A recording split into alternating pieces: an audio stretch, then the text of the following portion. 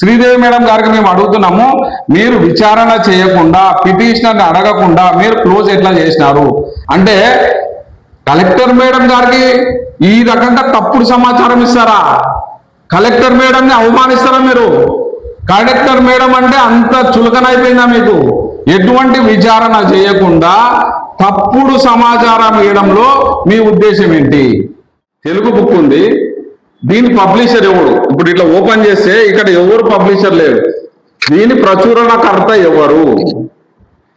ఈ బుక్కులలో ఎక్కడ కూడా ప్రచురణకర్త ఎవరు, ఈ పబ్లిషర్ ఎవరు, పబ్లిషర్ ఎవరు తెలియకుండా, ఇది ఎక్కడ నుంచి తయారైందో తెలియకుండా వీళ్ళు డబ్బులు ఎట్లా వసూలు చేస్తారు?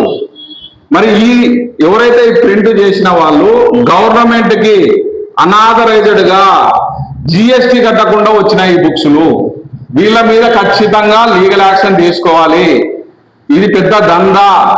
ఇది మనం చూస్తే ఇలా బుక్లు ఎంతమందికి పంపించారో తెలియదు. మరి ఈ ప్రిన్సిపల్ పంపించారు అంటే ఇలాంటి ప్రిన్సిపల్స్ ఇంకా ఎంతమంది వీళ్ళ దగ్గర ఇట్లా వసూలు చేశారో తెలియదు. కానీ ఈ పబ్లిషర్ ఎవరో తెలియదు. వీళ్ళు అనాథరైజ్డ్ గా జిఎస్టి కట్టకుండా, గవర్నమెంట్ కి ట్యాక్స్ కట్టకుండా ఈ విధంగా బుక్స్ అమ్మడం కూడా చట్టరీత్యా నేరం. వీళ్ళని ఎవరో కనుక్కొని ఖచ్చితంగా వీళ్ళ మీద కూడా మేము కేసు వేయడానికి సిద్ధంగా ఉన్నాము. ఎందుకంటే అనాథరైజ్డ్ గా బుక్స్ అమ్మడం నేరం.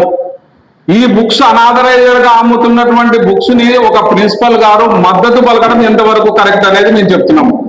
ప్రభుత్వ స్కూళ్లలో పనిచేస్తూ ప్రభుత్వానికి వ్యతిరేకంగా పనిచేస్తున్నటువంటి ప్రిన్సిపల్ ఏమనాలి వీళ్ళని?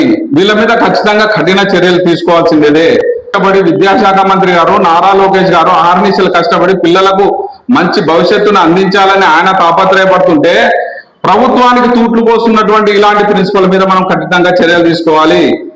ఎవరి అనుమతితో ఇంత 5,500 రూపాయల ఖరీదైనటువంటి పుస్తకాలను తీసుకొచ్చి అమ్ముతున్నారు?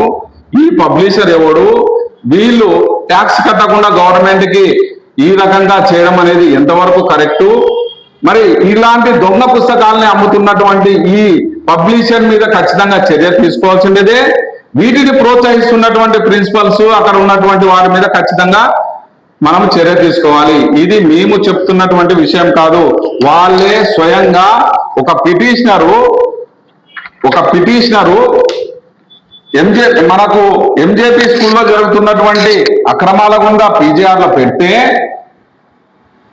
వీళ్ళకు కన్వీనర్ అయినటువంటి ఎవరైతే ఆరేకల్లులో శ్రీదేవి మేడం గారు, కన్వీనర్ అయినటువంటి శ్రీదేవి మేడం గారు విజిట్ చేసి అక్కడ పర్యవేక్షించండి అని చెప్తే ఎవరిని కనుక్కోకుండా, ఎవరిని విచారణ చేయకుండా, ఎందుకంటే అందరూ హాలిడేస్ లో ఇంటికి వెళ్ళిపోయారు, పేరెంట్స్ ఇంటికి వెళ్ళిపోయారు, పిల్లలు ఇంటికి వెళ్ళిపోయారు, ఎటువంటి విచారణ చేయకుండా మీరు ఏదైతే ఫిర్యాదు చేశారో అవన్నీ తప్పుడు అవాస్తవాలు అని చెప్పి వారు స్వయంగా లెటర్ రాసి ఇచ్చారు. ఎటువంటి అక్కడ అక్రమాలు జరగలేదు అని.